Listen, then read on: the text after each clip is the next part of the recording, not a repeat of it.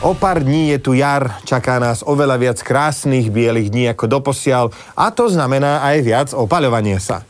Naši extrémni slniečkári už dávno prišli na to, že neopálené predlaktie a tricepsy sa nenosia a prvé jarné lúče vítajú zásadne takto. Obhajcovia Slovakštátu sa každoročne vyfintia, pochodujú ulicami a vyzdvihujú prvý samostatný slovenský štát, ekonomické úspechy, boj za zvrchovanosť Slovákov a ich ochranu pred parazitmi.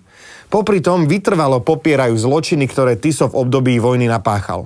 Neprekáža im holokaust, manipulácia historických faktov, kolaborácia s Hitlerom, to všetko ukryté pod pozlátkom Božej vôle. Všetko to obhajujú zaručenými pravdami, ktoré nie sú ani zaručené, ani pravdy. Poďme však po poriadku. Prvá. Tiso bol držaný za gule Hitlerom a proti deportáciám Židov nemohol nič robiť. Bullshit. Dobre, pravda je taká, že Tiso už od októbra 1939 ako premiér podpisoval všetky protižidovské nariadenia vlády. Tiež podpísal ústavný zákon, ktorým snem odovzdal vláde plnú moc na 1 rok. Hádajte na čo?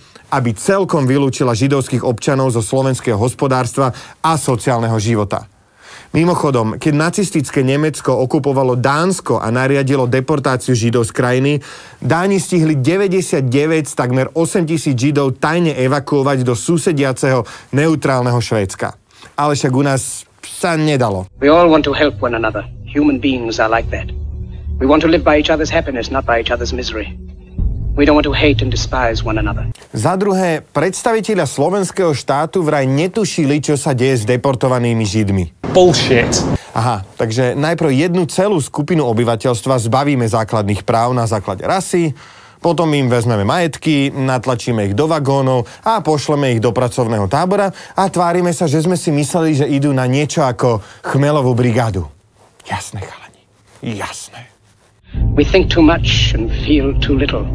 More than machinery, we need humanity.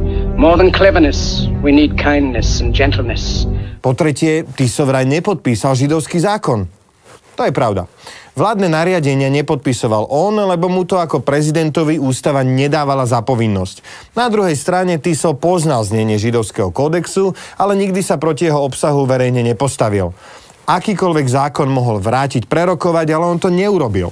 Okrem iného podpísal aj ústavný zákon o vysťahovaní Židov. Ale veď Tiso udeľoval Židom výnimky. Áno, Tiso si dal podmienku, že chce udeľovať výnimky a ku koncu roka 1943 bolo žiadosti asi 20 000. Štedrý vodca Jozef, nezabúdajme, že inak stále katolícky kňaz, ich udelil okolo 800. Áno? Okrem prezidentskej sa dala získať aj ministerská výnimka a dokopy tak dostalo po prvej deportácii výnimku asi 20 000 Židov, väčšinou doktorov, zverolekárov, inžinierov a ich rodiny. Podľa záznamov ministerstva vnútra sme dokopy deportovali 57 628 židovských občanov. Bez výnimky. Do not despair. The misery that is now upon us is but the passing of greed, the bitterness of men who fear the way of human progress. The hate of men will pass and dictators die. Takže ešte raz. Títo krásni, slušní ľudia v bomberách a predstavitelia parlamentnej strany oslavujú prezidenta prvého samostatného štátu, ktorý sa viackrát vyjadril, že samostatnosť vlastne ani tak celkom nechcel a stačila by mu autonómia. A oslavujú štát, ktorý nechal zavraždiť takmer 60 000 vlastných občanov a jeho prezidenta, ktorý na to ticho dohliadal.